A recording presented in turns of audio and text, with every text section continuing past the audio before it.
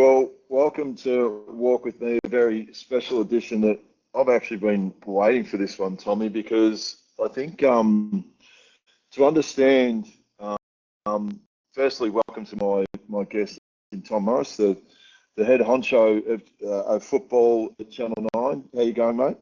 Good. I wouldn't go that far. I think Tony Jones has me covered and Eddie Maguire's there as well. But what do they say in footy, Corey? Just happy to play my role. Yes, no, but you do play a very significant role at that. But there's so many places, mate, I'd like to start. But maybe the first one, like how do you go with looking after yourself, right? Where I've seen it firsthand, like when you either put something out there, obviously social media can be good in some aspects, like you can go with a lead story and you go without that. How do you, I've always wanted to know, how does someone like yourself look after yourself from a mental point of view with some of the things that are going to come across when you do that? It's easy to say, oh, well, I just don't listen to it. But what are the things that you try and do to look after yourself? It's a really good question. I think it's something that you can never be, no matter what people say, I don't think you can ever fully be comfortable with stinging criticism. I think in an ideal world, it doesn't exist. But I know that in my job, if I'm doing it properly, at any given time, there's going to be certain sets of fans that think I have it out for their club. And that's just and I know that because I see it. And every fan thinks that the media treats them poorly and the umpiring has it out for them. Like it's just, and clearly the bigger the fan base, the more vitriolic or widespread that criticism is. But some of the methods I use to answer your question, I have a tight circle of friends and family and work colleagues that I trust and I care about their opinion. And then if you're not in that circle, then I'll listen. Don't get me wrong, but I really don't give it a lot of weight. I don't give it a lot of credence. Not to say that what other people say outside of that is entirely irrelevant. Like I'm not one of these people that just ignores it completely, but I really treat it with a grain of salt because I trust those people that I connect with. And one of the hardest things is when you do a story and you know that it's going to get criticism and you have to do it anyway because you know it's right. And probably a good example of that recently was in July. I reported that Charlie Curnow wanted to leave Carlton, that he's already talking about it. I mentioned the Gold Coast Suns. Then there was revealed that Sydney and Geelong were in. And I knew by doing that story, there'd be criticism. Carlton fans would say, you're making it up. Charlie Curnow came out and said there was nothing to see here. But in that moment, like my job is to report what I believe to be true. So as long as I'm sticking to those, I guess, journalistic values, then I think I'm going okay. But I'm not going to sit here and pretend that I don't see. I'm living in a bubble. Like I see and read a lot. But I just don't give it a lot of weight, I guess. And the older I've got, the better I've become at being able to put that to one side and compartmentalize. And then on the flip side, you've touched on it. Like, do you ever think at different times when you go, hang on, with what I'm about to break here, this will have an impact on a player? Like, is that something that you weigh up when you're about to go with something? And then obviously, you really, to be comfortable with it, you've really got to check your sources. But do you also think, hang on, this is going to have a pretty big impact on the person I'm reporting on? Yeah, I do. And again, I've got better at that the older I've got. It doesn't mean I'm perfect. Like I'm sure there's been stories this year that Jamari Ugle-Hagan hasn't been happy that I've reported on. I'm sure there's been stories last year that other players have thought, geez, like, why is he doing that? But, like the number one rule is to be accurate. And if they can't dispute your accuracy, often what people dispute is whether it's a relevant story or not. And everyone's got a different view. Even recently, it was not a story to do with me, but Clayton Oliver was at the airport and he was doorstopped by Mitch Cleary. And I really rate Mitch. And Mitch had to make a call in that moment whether he puts a camera in his face or not. Now, I would argue if Clayton Oliver is going to Sydney, which he was, for a work meeting with the Giants, then that is a work trip and you're an AFL player and you sort of, I think a doorstop is fair play. I wouldn't be doorstopping Clayton Oliver outside his house or if he goes to the shops, but I think on a work mission, it's a different story altogether. But we all have different thresholds and different values, and phrases get thrown around like gutter journalism or fake news too often. But I'm employed by Channel 9 to report what I believe to be accurate, and this is not to say I haven't done story. I've also held back stories because I believe they're going to have too big impact on people. And probably in the past, I've done stories which I now regret. And probably one of them is when Steve May was having a beer in 2019 when he was injured on a Sunday. I got a photo of him having a beer, and I don't care that he has a beer, but I spoke to the club and they cared. So I did a story about Stephen May having a beer when he's injured. And if I had that time again, I wouldn't have done that. But I was sucked in, or it was my decision, but I was certainly influenced by the fact that Melbourne were annoyed at him. So I thought, well, that's it. That's the story. So you live and learn on these things. I could be what I could do everything ethically, perfectly, morally, and there would still be lots of criticism. So I can't get too caught up in some of that sometimes. But it's a really good question because it's something I'm weighing up every single day. What is in the public's right to know? In the public interest, and what is probably a little bit dirty or scummy and a bit gossipy. And, I'm probably ignoring 7 of 10 things I know all the time, every day, because it's in that second bucket. But then what about, like, from a pressure point of view? Like, I know Dennis Fagan, and this is going back a long time, Tom, so it's nearly borderline also showing my age. I know Dennis actually mentioned this, that he said that there was something like, there might have been 800 accredited media at that time when he actually said it. God knows what that number would be now. So do you also feel the pressure that if you don't do it, someone else will do it? Does that also come into your bearings when you make a decision? So number 1 rule is to be accurate. Yeah. Number 2 rule is to be first. Or probably number 2 rule is to do what's right. Number 3 rule is to be first. And people will say, who cares about being first? Well, the way that media companies make their money is from advertising, and the more clicks and views you get, the more advertisers want to jump on board. So there's actually a financial, not for me personally, I wish there was, but for the company that employs you, there's a financial benefit in being first. People are more likely to watch 9 News if they believe that our journalists are going to break a story first. People are more likely to watch 7 News if they're going to do that. People are more likely to read the Herald Sun over the Age, or vice versa. So that's part of it. And that is why journalists want to be first, but not at the expense of being right or doing what's right. And you're always weighing up that balance. And it's seriously difficult because, as I said to you before, some people think that they know better. Even I've had arguments and discussions with people I work with who think that one story is relevant and another person thinks it's not relevant. So there's no uniformed practice. You can only try to learn from your mistakes of the past, which is what I've tried to do. Yeah, with obviously you're a great host at our grand final lunch for Walk With Me during grand final week, and with Walk With Me, we're always trying to, a lot of what we do, it's about being proactive, looking after yourself from a physical and mental point of view. Now, I did mention to you off air about, I think the biggest thing that I've admired about the way that you've gone about it, everyone makes a bit of a misstep in life, but more importantly, it's what you do afterwards and how you react to it. So if you don't mind sharing, I thought there was something pretty cool that you didn't get asked to do, but I think it's also when you talk about all the little things that add up into where you are now, it probably played a big role in terms of those first steps back after your misstep. Yeah, I mean, being sacked from Fox was hugely humbling and humiliating, not just for me, but also my family and people around me. But I've said from the very start that Fox had no choice but to let me go based on what happened.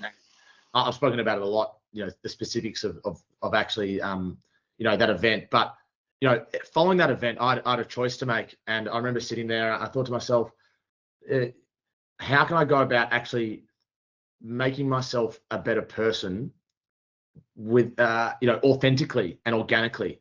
And there's phrases like, I'm on a journey, or, I'm trying to find myself and all that. And people use those sort of phrases, and I'm hesitant to do that. But I was on a journey. Like I sort of began the journey when I got sacked, and I'm still on it now, because the main thing for me was I couldn't fathom. I always saw myself as one of the good guys. Like I would support people and help people and be inclusive. And then all of a sudden, based on what happened, I thought to myself, actually, I'm actually not one of the good guys. I'm part of the problem. And that's an amazing moment. It's like it's an epiphany, but in a negative way, when you feel like you are supportive of all different groups of people. And in fact, you're part of the group. You're one of the one of the people in the group that's laughing at these jokes, and in some cases even making what we would think are jokes, but in fact they're not jokes. They're, you know, vile slurs and insults to varying degrees. So once I realized that, I had to do some work, and, you know, I did some volunteer work at Sacred Heart Mission. You know, I spent some time at the Pride Centre as well, learned a hell of a lot there. You know, you tell people that you do online training courses and they think you've just ticked a few modules and moved on, but I had some amazing people from the AFL and from Our Watch, which is a domestic violence organisation. Paddy Kinnersley, who's the vice president of Carlton Football Club, who set me up with all these different workshops to complete. And just to show you sort of how blinkered I was initially as a 30-year-old white heterosexual male, I had no idea I had so much to learn. If you asked me before I got sacked, how much do I have to learn about these topics, I would have said, oh, I'm probably 90% of the way there. I probably have about 10% of the way to go. I reckon I was about 40% of the way there. Like, I had no idea. And I come from an upbringing with supportive parents. You know, dad was a teacher. Mum worked at the Alfred as a secretary. My two younger sisters are school teachers. It's not like I had some sort of rough upbringing where I didn't learn these things. I was in the classroom learning about different values and people's backgrounds. And yet, for whatever reason, either they washed over me or I just lost my way in my 20s a little bit there, as I think many, especially white heterosexual men do. So being able to give back was really important as well. You know, I did some talks, a couple of talks at some schools, which I think worked well for what they were, but I was never going to broadcast any of this. I mean, even today, I didn't expect to talk about it because I didn't do it for optics, or I didn't do it for any sort of pat on the back. I just actually wanted to know what it felt like to actually do something that wasn't for myself. I became very selfish. And even now, I've got great gratitude in the work that I've got and the opportunities like you guys give me all the time, but I'll never forget that period of my life where I thought I was completely cooked. I thought I was stuffed. I wasn't just unemployed, I was unemployable. So I had no prospect of a job. And I'll never forget that little 2-year period, which felt like about 10 years. And I think it will hold me in good stead in the future. It's just a shame that me and people close to me and the people I heard had to go through that and be collateral damage for me to sort of have that realization. And then how much did I'll tell you what, Tom, you're probably learning what it's like. So imagine when you cover a player that gets dropped or goes through that, and again, I'm not saying that was the same or whatever, but all I'm drawing a bit of a parallel, because the analogy I am drawing is you learn more about the people around you when you're going bad than when you're going good. So that network you mentioned, how vital were they? And this is a lesson for anyone out there if you're going through a tough time about, okay, who's really in my tribe, who's in my corner. So I think my friends and my family, well, they would tell me that I'm a good person that made a bad mistake. And by the same token, like, you know, there's bad people that do good things as well. So don't be defined by those moments in the end. Like, become the person that you want to be, and just be it.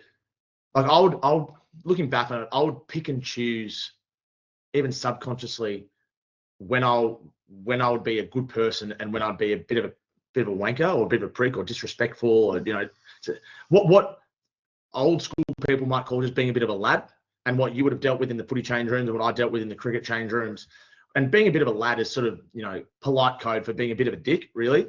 And I think we all understand that now. But in my early to mid 20s, you know, I was just part of a group. And then I was very lucky that I lost no friends based on what happened. Like, I had friends like Sarah Ollie, who works at AFL.com, who's a gun, who me and her worked with at Fox for 6 years. And she said to me, like, Tom, what you did was disgusting, but like, you're my friend, I'll stand by you. So that meant a lot to me. You know, my family stood by me as well, but it wasn't easy for them. Like, I'm sure I know that I had friends that were getting messages and calls from other people that didn't know me saying, how can you be friends with that guy? And I'm sure some people think that now as well.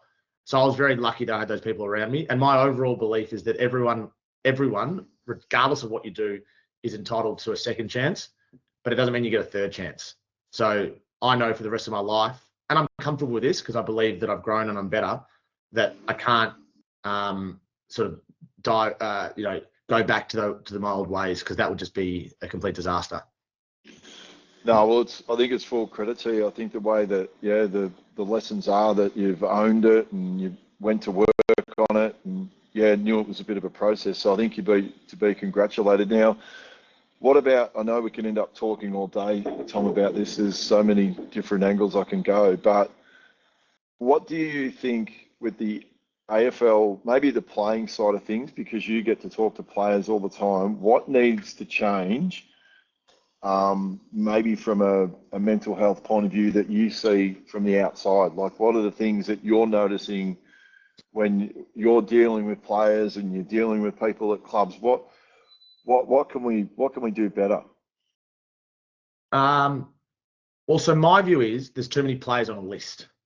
So there's too many players that aren't going to get a game, that are nowhere near playing, and the resources for those players that are struggling specifically are too stretched. So my view is it should be a more of a high performance environment that's streamlined. So instead of having 45 players on a list, I would have, let's say, 33 or 34 players on a list, and then 4 or 5 others that you can dip into if you need to, that are playing state league football somewhere. So then the resources for those players are stronger. So instead of 2 club psychologists looking after 45 players, they're looking after 32 or 33 players. And I think that's really important. The other element that I've been thinking about a bit recently, and I'm big on this, is I just think that when players walk into a club at the age of 18, like, most of them are still mentally 14. Like, for every Paddy Dangerfield or Nat Fyfe that's got their head switched on, there are so many kids, and I'm not sure if you're like, but you speak to Cam Mooney, and he spoke about the other day at the function, like, he had no idea what was going on at the age of 18 or 19, and I wouldn't have either at that age. So how do we make it so that these 18, 19-year-olds can have real world experience, so that if they get punted at the age of 22, they don't completely lose their way? And I think that's really important. I don't know the method. People say raise the draft age. I'm not sure about that. I just think providing more support and giving them, things to do outside of football, mandatory TAFE or university courses or work outside football is really important. It's interesting you say that, and then unfortunately you had to go through it after what had happened. But isn't it interesting? And the first organisation that springs to mind that seemed like they've got it right, and I don't know whether you've seen the documentary, is the Melbourne Storm. Melbourne Storm, when the players get there, the Craig Bellamy actually makes them go and work, and it's a bit of both. It's making them understand the opportunity that they've got, that I don't really want to go back digging trenches, but I just think it's a great leveler to go out and do something like that. Yeah, that's true. And I think, I look at, it's a small sample size, but I look at cricketers who make it a little bit later, or I look at someone like Tom Stewart, or AFL players who don't get there till they're even 20 or 21. Even Nick Dacos had a year out of school before he got drafted. And I just think they have that balance better. They just understand what it's like to be a normal person who's not recognised on the street walking around. Some people can deal with it fine. Like, Levi Ashcroft was born to be an AFL player. He wouldn't want to do anything else. But some players can't. And there's always going to be issues. But I just think if we can narrow the focus for these players, and yeah, that would cause an issue, because there'll be less AFL players in the competition. You just do it gradually. But Lee Montagna always says it. You have 6 or 7 players on every list that are never really going to be proper AFL players, but they're getting lots of resources put at them. And I just think that's a waste for a high performance environment. So maybe a silly question: is there support resources for people in the media, or does that come down to Channel 9 or someone like that, your employer? Yeah, Channel 9. Yeah, I'm sure if I said I needed some psych support or some therapy, that they would be able to sort that out for me. And I sort that out independently after my mum passed away 2 and a bit years ago, which is another part of my story that, I'm happy to talk about, because it's, like the only blessing in disguise from what happened to me was I got to spend time with mum with her brain cancer. So that's, and I know that's an illness or a disease that's close to walk with me as well for reasons we're aware of. But, like when I got that time with mum, I wouldn't have got that had I still had a job. So I was thankful for, whatever you call it, fate, that I was able to do that. But that's what led me to seeing a therapist and a psychologist. And it did help for a while. It was great. And it's not for everyone, but there's always support out there. Well, no, like I said, Tommy, we could literally go all day with a number of different topics, but I've got a lot of the ones that I really wanted to ask. I've always with all the different people in the media and the exposure and even one, how I think you've answered it brilliantly, like about what you've done, what you come through your journey. And like I said, you've been an absolute star for us. I know everyone, I'm not giving you a big head now, but everyone was in raptures about the grand final luncheon that you hosted with the boys. So really well done. And like I said, it's sometimes in life, we all make mistakes and whatever, but I really want to get those gems that we got out of it, what you've actually done to get back to where you are now. You're not maybe the finished product like we all are, but it's a great story to hear the things that you've done. No, I really appreciate that, Corey. Thanks for having me on. It's such an important area. I personally haven't struggled badly with mental health in my time, but I've seen a lot of people who have, and like there's a lot of people that have gone through a lot worse than me as well. But being able to be part of something, again, that's bigger than my own little bubble world of trying to find stories is really important. So it's a privilege to be part of it, and thanks for having me. Will do. And I think a little birdie tells me we might be talking about something else in April, by the way, as well. So I'll talk to you about. Yes, you know what I'm talking about. So we'll see. I mean, all I'm going to say is I'm a yes man. So keep it away. Yes, I won't give it away too much, but it might have something to do with that. All right, no, but thanks for taking the time out during the trade period. I know your phone's probably buzzing with deals and stories left, right, and centre. But again, thanks for taking the time out, and look forward to talking again soon. No, thank you, Corey McKernan to Carlton, then back to North Melbourne, I reckon. Oh, there's breaking news. Thanks. Cheers. Thanks, mate. Thanks, mate.